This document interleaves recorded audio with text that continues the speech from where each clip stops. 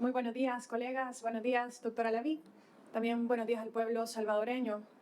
Gracias por la exposición también, doctora Laví. Y iré al grano en ese tema del presupuesto. La reducción del presupuesto del ramo de salud en relación con el presupuesto del año pasado. También el congelamiento del escalafón y así también la reducción de plazas que existirá para el año 2025 ha generado preocupación y descontento en la población en general y en particular en el sector salud, en los trabajadores del sector salud.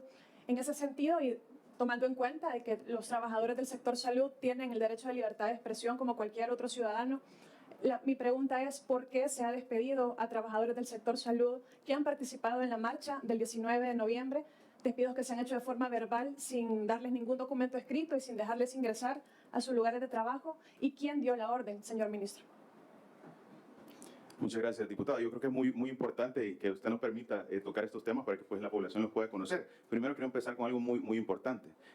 Quizás la población debe hacer un poco de memoria y definitivamente queremos ponérselo a disposición. Desde el año 2002 hasta el año 2018, que fue el último presupuesto que se coordinó anteriormente, el presupuesto en el ramo de salud tuvo un incremento total de 390 millones. 390 millones.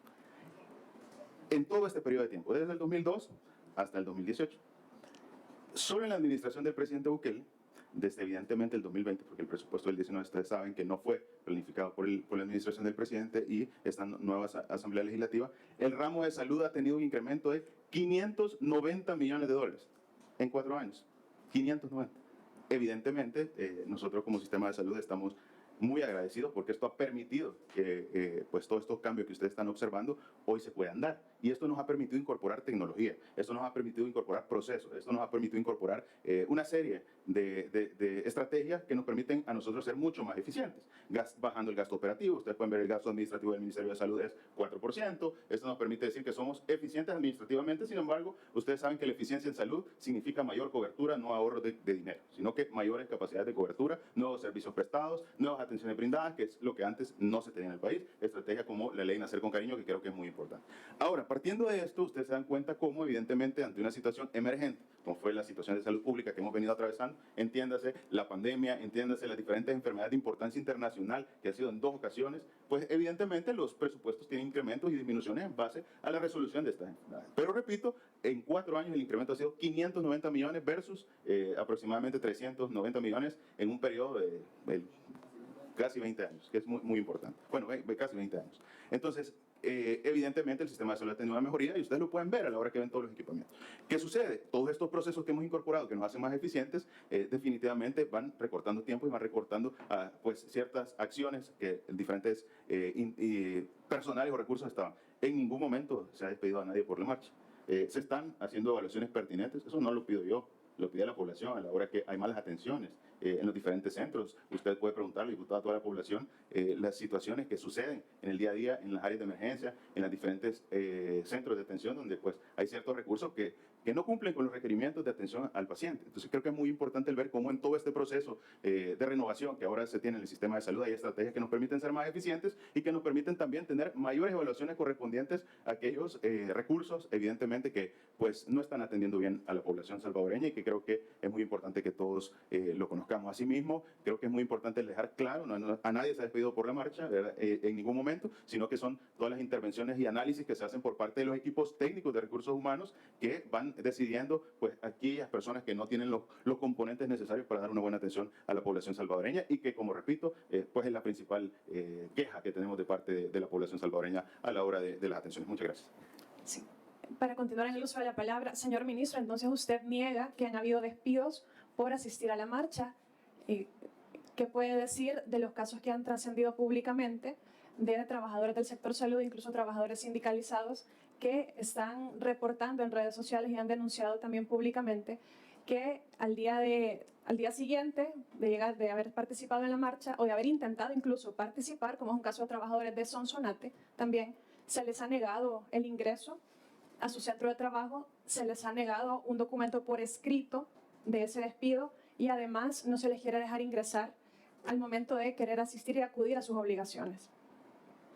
Sí, como les repito, definitivamente no se ha despedido a nadie por la marcha, se han tomado las acciones pertinentes en base al análisis de los equipos técnicos y esos son por la falta, el no cumplimiento de los deberes en relación a la atención de la población, que evidentemente todos vemos como en las redes sociales lo dice la población. Muchas gracias. Bueno, ministro, quedan grabadas sus declaraciones en ese sentido para que la población también las conozca, especialmente las personas afectadas por esta situación. Quiero hacer otras preguntas también, porque creo que es preocupante en un tema tan crítico para el desarrollo del país como es la salud pública, la reducción de presupuesto. No quiero entender mal, pero casi estoy entendiendo que está agradecido usted porque hay un recorte de 92 millones de dólares al ramo de salud en relación al 2025. Del 2024 al 2025, pero ¿cómo va a manejar el Ministerio de Salud y especialmente la Red Pública de Hospitales esa reducción de plazas? Tenemos datos que al menos solo en el ramo de salud van a haber menos 1.119 plazas menos en el ramo de salud. Solo en el Hospital Rosales, según la propuesta de presupuesto, van a haber 324 plazas menos. Solo en el Hospital Bloom, 185 plazas menos. En el Hospital San Juan de Dios, 156 plazas menos. En el Hospital San Rafael, por poner otro ejemplo, 165 plazas menos. ¿Tiene un plan, señor ministro, para manejar la reducción del presupuesto sin afectar el ya golpeado, digamos, sistema de salud que tenemos? Que no necesito que usted me lo pida. Definitivamente estamos en contacto con la población que nos dice el sistema de salud no nos está dando una buena atención. Entonces, ¿cuál es el plan, señor ministro, para manejar esta sensible reducción de presupuesto? Bueno, creo que es importante ver cómo definitivamente, como usted lo dice, en algún momento el golpeado sistema de salud, pues en 20 años no tuvo incrementos en el presupuesto. 390 millones en 20 años. Pero nunca había tenido disminución de presupuesto perdón, también. Si me da el Por espacio. favor, Muchas gracias, diputada. En ese sentido, ver cómo en tan solo 4 años ha incrementado 590 millones es bastante distante de la situación que usted está tratando de plantear. No es solo el tema de saber que existe un incremento, no, sino que es de entender el contexto internacional y las situaciones que pasan.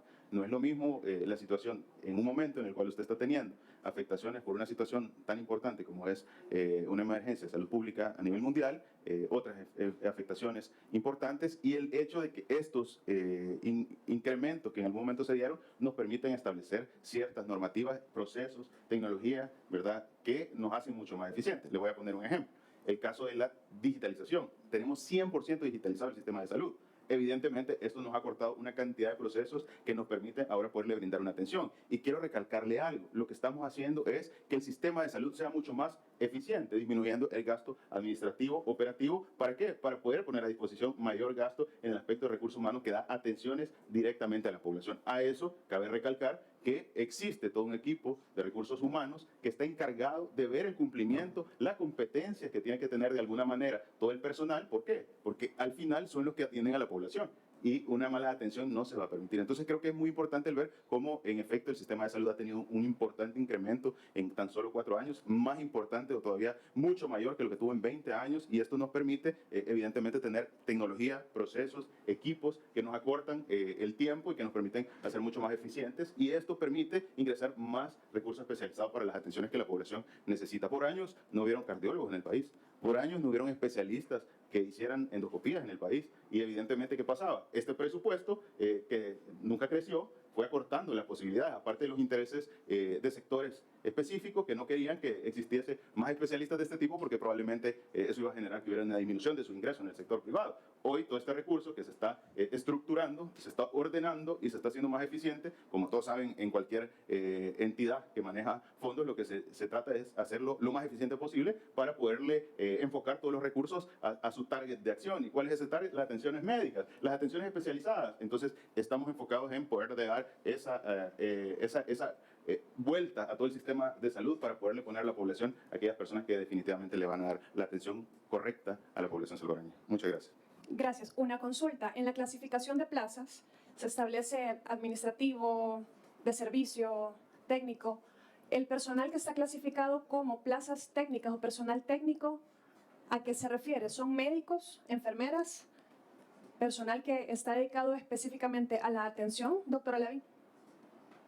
Bueno, en el aspecto específico de las clasificaciones, la parte técnica tiene una gran cantidad de ramas en la parte de funcionamiento. Y yo creo que es bastante complejo que se lo pueda explicar, Pero creo que es muy importante que usted conozca que evidentemente todo el personal, básicamente, que se necesita para poder atender a la población, inminentemente médico, ese es el que estamos precisamente tratando de incrementar. Y eso se va a lograr haciendo mucho más eficiente aquellos procesos que ahora ya no son necesarios, porque definitivamente se instauró tecnología, se instauró un sistema específicamente digital que nos permite conocer lo que está sucediendo en abastecimiento, que nos permite conocer lo que está sucediendo en las farmacias, que nos permite conocer cada uno de los procesos del paciente. Entonces, creo que eso es lo que trato de comentarle. Estamos tratando de hacer mucho más eficiente el sistema de salud y, por supuesto, esto se alcanza haciendo las evaluaciones pertinentes por parte de todos los equipos técnicos de recursos humanos, que ellos son los expertos en este tema. Permítame insistir en la pregunta porque creo que es muy importante. En la clasificación del personal por actividad del ramo de salud, como de los presupuestos de los hospitales de la red pública, tenemos una clasificación de personal de gobierno, personal ejecutivo, personal técnico, personal administrativo, de servicio. Mi pregunta es muy relevante y creo que es importante que usted como titular de la cartera, y o si no, su equipo que le acompaña, nos pueda dar la respuesta si el personal técnico equivale específicamente al personal que da atención. Es importante porque de las, por ejemplo, 1.119 plazas que se estarían suprimiendo para 2025, 533 son personal técnico, solo en el ramo de salud. Y en los presupuestos de cada uno de los hospitales nacionales, la mayor reducción de plazas está justamente en esa clasificación de tipo de personal. Entonces, es muy importante, si usted nos está afirmando en este momento, que se va a recortar donde se tiene que ser más eficiente para destinar ese recurso a la atención en salud, pues mi pregunta es pertinente en el sentido que si ese personal técnico, que es el que más se recorta, es el que está dedicado a la atención. Sí, como le repito, se lo voy a poner un poquito más claro. Quizás solo repetir, en el personal técnico existen diferentes participaciones que van desde los laboratorios, que van desde el área de servicios de apoyo, que van de muchas áreas de funcionamiento, de las hospitalizaciones. Entonces ahí se incorpora un montón de personal que definitivamente no es personal médico y no es personal de enfermería. Ahora, se está haciendo un análisis de funcionamiento de todo el sistema, no solo por hacer la parte eficiente, sino que por aquellos recursos que de alguna manera no están cumpliendo con sus deberes y sus obligaciones para con los pacientes, se sigue el debido proceso correspondiente. Entonces, eso es parte del funcionamiento normal de toda institución. Ahora, todas estas personas técnicas, si su pregunta es si son médicas o no médicas, evidentemente, pues no son médicas porque son técnicas. Entonces, quizás esa parte en la aclaración, ¿verdad? Muchas gracias. Gracias, señor ministro. Adicional, diputada Callejo. Gracias. Señor ministro, ¿cuánto fue el presupuesto asignado el año pasado? 1.200 millones. 1.200 millones. 1.262 millones. Ok, aquí hay una cosa que el ministro de Hacienda lo explicó bastante bien.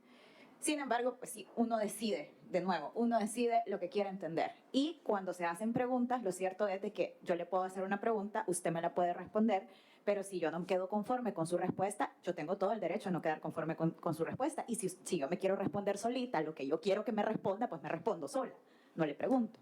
Eso por un lado. Lo otro es que cuando se ve el listado de plazas existentes, no todas las plazas están asignadas a una persona.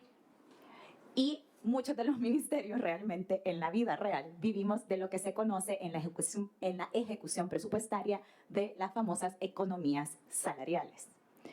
Las plazas que no están asignadas a una persona se convierten a final de cada mes en una economía salarial que luego cada quien va moviendo porque realmente así se hace. Y muchas veces, cuando no se termina de ejecutar algún proyecto de inversión, hay un arrastre que hace Hacienda casi siempre por ahí del mes de agosto-septiembre, que no es que se deje desfinanciado algo, porque si algo ya está contratado, evidentemente ya tiene un financiamiento asignado y se está ejecutando.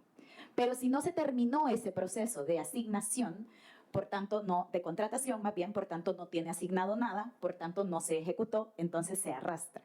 Y se reconfigura antes de que termine el año fiscal, porque entendemos todos que el año fiscal en El Salvador inicia del 1 de enero al 31 de diciembre de cada año. ¿Qué es lo que a nosotros como país nos ha pasado? Que yo creo también de que es muy fácil quejarse sin querer realmente dar bien la información. En el sentido que nosotros como país, lo que hemos estado haciendo durante los últimos 30 años y la deuda, de hecho, que acabamos de refinanciar con los bonos que aprobamos, para la emisión de bonos que aprobamos en la plenaria pasada, de esta semana, es precisamente deuda externa que nosotros venimos arrastrando de hace más de 30 años. O sea, que no es deuda reciente. Y lo que sucede es que nosotros hemos estado pidiendo prestado para pagar el gasto corriente. Eso quiere decir como que usted le saque de una tarjeta de crédito para pagar la otra tarjeta de crédito y después saca de esa otra tarjeta de crédito para pagarle el mínimo a la otra tarjeta de crédito. Usted no está reduciendo su deuda, no está pagando realmente, se está engañando. Y eso es lo que nosotros hemos estado haciendo como país, nos hemos estado engañando. Y hemos estado pidiendo prestado para gasto corriente, es decir, para pago de salarios, para pago de electricidad, de agua, de luz, de internet, etcétera. Además de toda la corrupción que también estamos pagando. Porque, vaya, solo los 311 millones que le han agarrado a Funes, eso también lo estamos pagando porque alguien se lo llevó, alguien se lo gastó, alguien se operó con ese dinero. ¿Ya? Entonces, eso también lo estamos pagando. Ahora bien, tenían asignado en 2018 390 millones de dólares para todo el sistema de salud. Ahora son 170 millones los que tenemos asignados para el ramo de salud. Pero si hay un arrastre, y eso va a pasar en todos los ministerios, les digo desde ya para que se vayan preparando, ¿ya? Va a suceder en todos los ministerios, ya lo explicó el ministro de Hacienda, pueden ir a buscar la conferencia de prensa cuando él vino y trajo el presupuesto general de la Nación, la propuesta, él explicó que hay una reducción de un aproximado de un 15% de los presupuestos en casi todas las carteras de Estado, a excepción de salud, educación y seguridad, que no se toca más del 3% del presupuesto en general. Cuando nosotros aprobamos financiamientos, estos préstamos externos con bancos internacionales, lo que nosotros estamos aprobando es el financiamiento directo de proyectos de infraestructura. Es decir, nosotros con los programas, los préstamos para crecer juntos, los préstamos para salud, para educación, van directamente a financiar un proyecto de infraestructura, un proyecto de inversión. No van a financiar gasto corriente. Hay una gran diferencia cuando usted presta porque va a invertir, y se la pongo así para una familia salvadoreña, es una gran diferencia cuando usted presta dinero para invertir, para poner un negocio, que cuando usted presta dinero para pagar la tarjeta de crédito. ¿Sí? Uno es inversión y otro es consumo, gasto corriente. Es lo mismo con nosotros, solo que aquí han estado pidiendo dinero prestado para pagar la tarjeta de crédito, para pagar los compromisos políticos que muchas veces se han traducido lastimosamente en plazas. ¿Por qué? Porque la mayoría de los ministerios pueden trabajar con la cantidad de gente que tienen. Hablo de gente. Personas que tienen una plaza asignada, un contrato asignado, pueden trabajar con esas personas. Y lo que sí se va a arrastrar son todas aquellas plazas que no tienen a una persona asignada, o sea, que no está ahí trabajando directamente, que no está, son todas las vacantes, plazas vacantes. Eso es lo que se va a hacer, un arrastre, y solamente se van a aprobar aquellas plazas completamente necesarias que se van a tener que justificar y por supuesto que van a tener que ser aprobadas, y eso también es algo que el ministro explicó. También el presidente lo explicó en su momento, en su discurso del 15 de septiembre. Lo explicó. Todo el gobierno va a tener que restringir gasto, no inversión. Aquí nos está restringiendo inversión y creo que eso es una de las cosas más importantes para entender. Y también es importante decirlo de frente y es importante no tenerle miedo a poder decir, sí, miren, nosotros hemos estado financiando gasto corriente. Terrible, porque lastimosamente para ordenarse siempre hay que pasar por este momento, pero yo sí creo de que va a ser positivo para todos. Ahora bien, si si las respuestas, hay personas a las que no les gustan las respuestas, bueno, ni modo que se contesten solas, ministro, porque ¿qué vamos a hacer?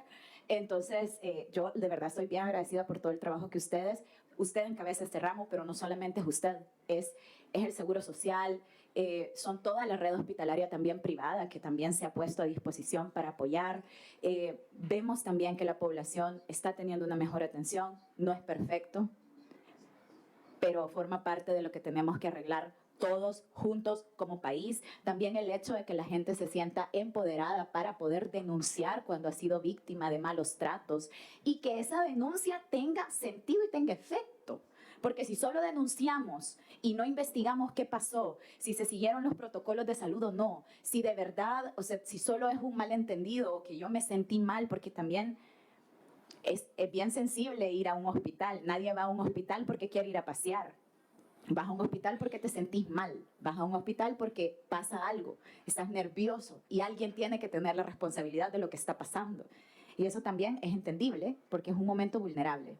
Pero ahora también la gente puede poner sus denuncias y se puede determinar si en verdad hubo un maltrato, una malpraxis o qué ha sido lo que ha pasado. Incluso a veces, lo hemos escuchado un montón de veces en redes sociales sobre todo, de organismos que quieren desestabilizar y que quieren hablar simplemente mal, por ejemplo, de Nacer con Cariño, en donde andaban diciendo de que ahora ya nadie va a poder hacer una cesárea porque está prohibida en la ley, por ponerles un ejemplo, que es una de las cosas que yo más he escuchado, que ahora está prohibido que los doctores te toquen. No es cierto. Hay cesáreas que están indicadas y esas cesáreas indicadas se tienen que hacer. Depende de cada paciente. Lo que sí se ha quitado es que ahora por comodidad del médico, porque se va a ir de vacaciones, te indican una cesárea. Eso es lo que se ha quitado. Entonces, y también el respeto de que cada mujer y cada niño van a nacer de la manera en la que eligen. Y que a veces es posible y a veces no. Pero esas son las cosas que se van arreglando con protocolos.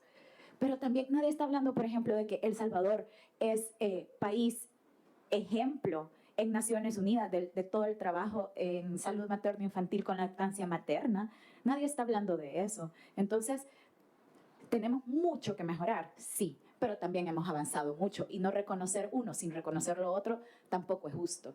Entonces, son más de 1.170 millones de dólares los que vamos a invertir. Es un porcentaje bien importante para nuestro país, que por supuesto vamos avanzando, que claro que estamos tratando de que vengan mejores tecnologías a nuestro país, por supuesto que, y ya el hecho de que la red sea completamente gratuita, que la gente no tenga que pagar un centavo por eso, eso ya es una gran bendición que no estamos reconociendo de la manera muchas veces justa en la que deberíamos de reconocerlo. ¿Hay trabajo por hacer? Sí, hay trabajo por hacer. ¿Es nuestra responsabilidad hacer ese trabajo? Sí, es nuestra responsabilidad hacer ese trabajo. ¿Lo vamos a lograr en un año? No, no lo vamos a lograr en un año, pero por eso mismo es que el derecho a la salud es un derecho programático, muchas veces entendido como un derecho de mínimos, porque lo que uno pone es una línea base, y de esa línea base no puede bajar, solo puede subir. Entonces, que en nuestro país muchas veces no tenemos el dinero o los recursos para atender, por ejemplo, a los niños quemados, y se tienen que enviar a Estados Unidos muchas veces, o incluso no podemos atender algunas operaciones, unas cirugías que son demasiado especializadas porque no tenemos los recursos. Tal vez sí tenemos a los médicos, pero no tenemos todo el recurso, y también se sale a atender esas emergencias fuera. Es también parte de un trabajo coordinado y de la confianza que como país estamos logrando en el mundo, y eso también es importante recalcar. Así que yo no lo veo como una pérdida, yo lo veo como una oportunidad de arreglar la casa desde adentro y de funcionar.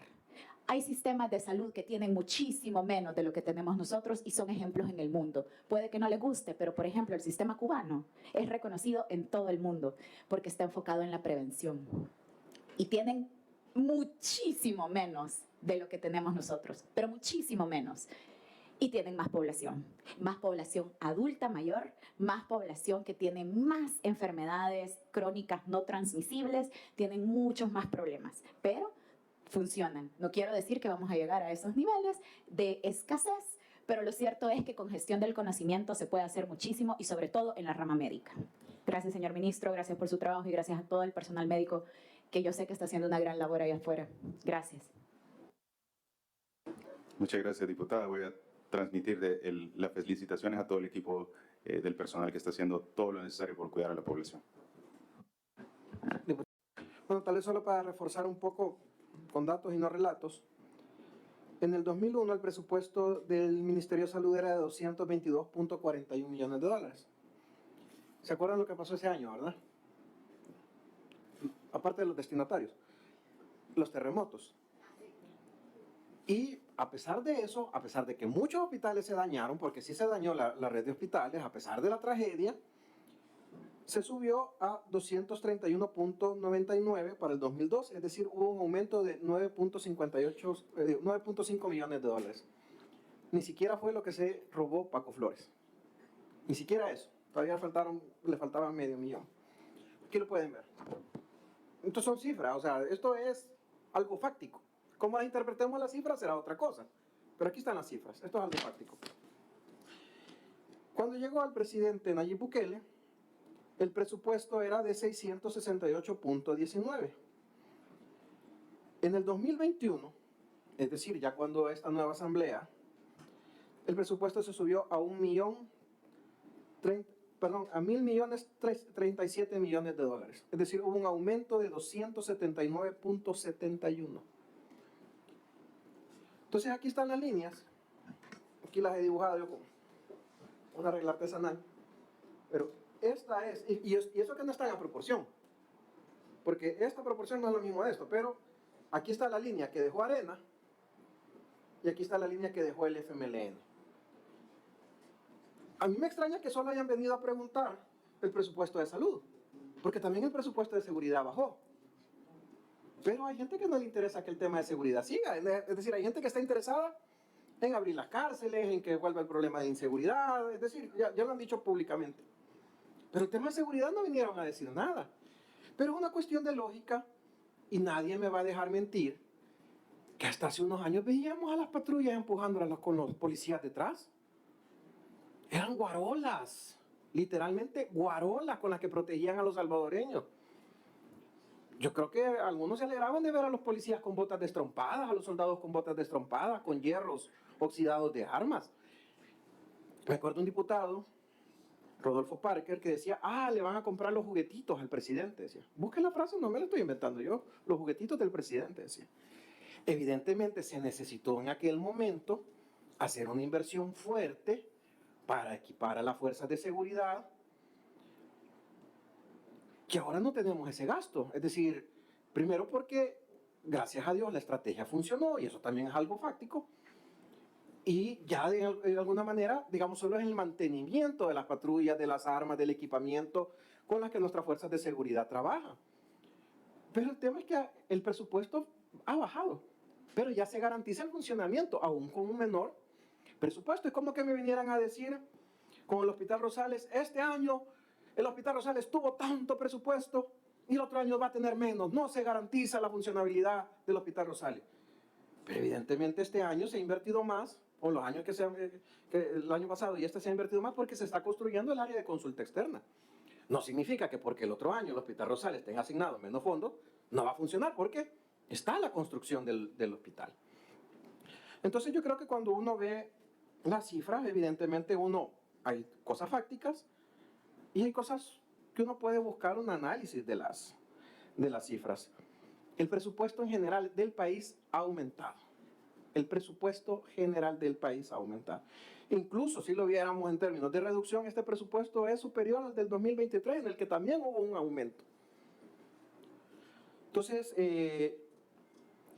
creo que no hay que dejar de lado que a pesar de todas las críticas que intentaron por todas maneras, hasta me imagino con esa red de medios que tienen, de decir que este país estaba quebrado, de que no funcionaba el área fiscal, la recaudación ha mejorado. Y eso es la tercera cosa fáctica que estoy mencionando aquí. La recaudación fiscal ha mejorado. ¿Cuántos impuestos hemos votado nosotros en esta comisión? ¿Cuántos? Nuevos impuestos. Ni uno. ¿Cuántos nuevos impuestos? ¿Cuántos a los impuestos le hemos aumentado a los impuestos ya existentes? Ni uno.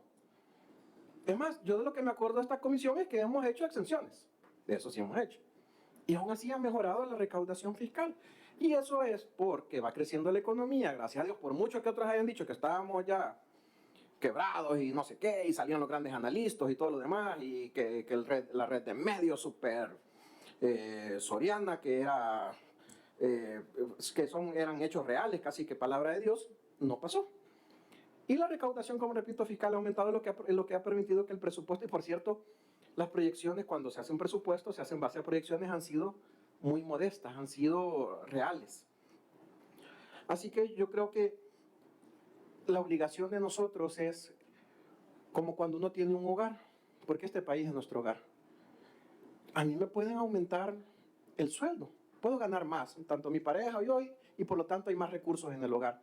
Pero eso no significa que yo voy a dejar las luces encendidas. No significa que voy a malgastar los recursos, que voy a dejar perder alimentos en la refri. ¿Qué es lo que nos está pasando con este presupuesto? Gracias a Dios los ingresos han aumentado, pero nuestra posición es, o en lo que acompañamos al Ejecutivo es que los ingresos deben de ser más eficientes. Así que, bueno, con esto cierro, ¿verdad? Gracias, ministro, por su asistencia, gracias a su equipo técnico que lo acompaña. Creo que hemos tenido el tiempo suficiente para discutir sobre algunos puntos, así que le agradezco entonces su participación.